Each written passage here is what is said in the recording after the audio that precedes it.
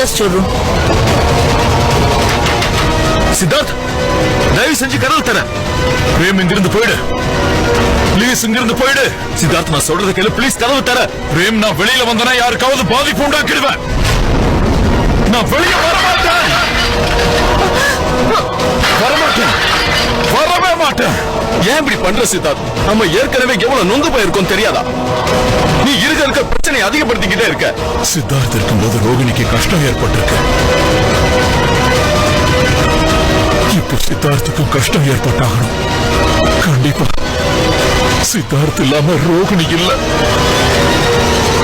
அப்புறம் ரோகிணி இல்லாம இந்த சித்தார்த் இல்ல.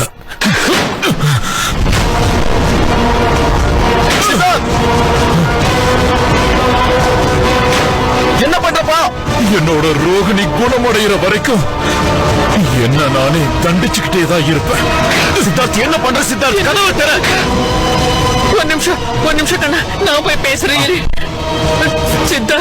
சித்தார்த் கண்ணா, வேணாப்பா. உன்னோட ரோகிணி ரொம்ப கஷ்டத்துல இருக்கா. வாழ்வுக்கும் சாவுக்கும் நடுவுல ரொம்ப போராடிக்கிட்டு இருக்கா. நீ அவளுக்கு துணையா இருக்க மாட்டியாப்பா? இங்க பாரு, எங்களுக்காக இல்லைன்னாலும் ரோகிணிக்காக நீ வெளியே வாப்பா. உன்னோட ரோகிணிக்காக உன்னை நீ கட்டுப்படுத்தி ஆகணும். சித்தார்த், இது ரோகிணி மேல சத்தியம்.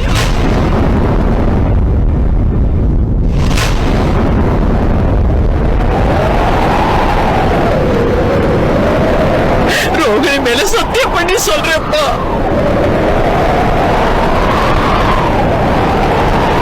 கதவு தர சித்தார்த்.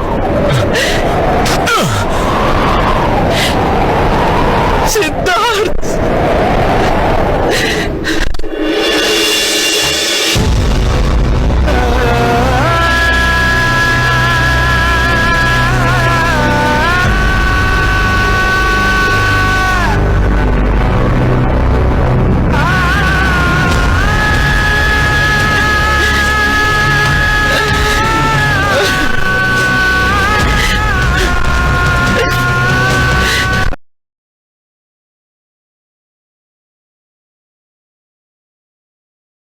அப்புறம் நான் எப்படி இருக்க முடியும் சொல்லு?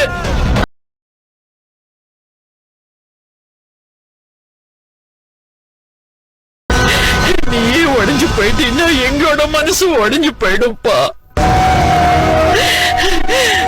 நீதானே எங்களோட உயிரும் தைரியமோ.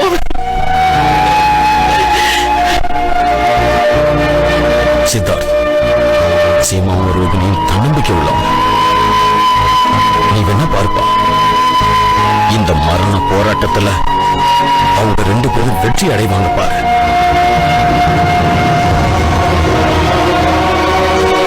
சித்தார்த், நம்ம கிட்ட இந்த உலகத்தோட பெரிய சக்தியே இருக்குப்பா.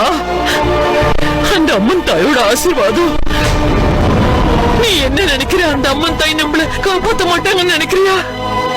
அவங்க என்னைக்குமே நமக்கு துணையாதான் இருக்காங்க. இந்த தடவை பாருப்பா, நமக்கு ரோகிணியும் சீமாவையும் திருப்பி கொடுத்துருவாங்க. உன்னோட ரோகிணி கண்டிப்பா வருவா.